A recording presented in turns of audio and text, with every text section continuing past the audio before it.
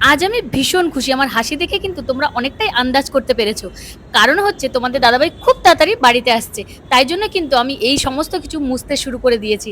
এখনো কিন্তু ডেটটা ফিক্স হয়নি যে কবে আসছে। আর এই সমস্ত সংসারের কাজের জন্য কিন্তু আমি একদম নিজের যত্ন করতে পারি না। চুলের যত্ন তো একদমই না। তার জন্য কিন্তু চুলের যত্নটা আমি ঘরে বসেই শুরু করে দিয়েছি। তোমরা সকলেই জানো নারী হচ্ছে কেশেতে বেশ। চলো এবার আমি সেই প্রোডাক্টটার সাথে তোমাদের পরিচয় করিয়ে দিচ্ছি। এই দেখো, এটা হচ্ছে নেচার শিওরের যোগ তেল।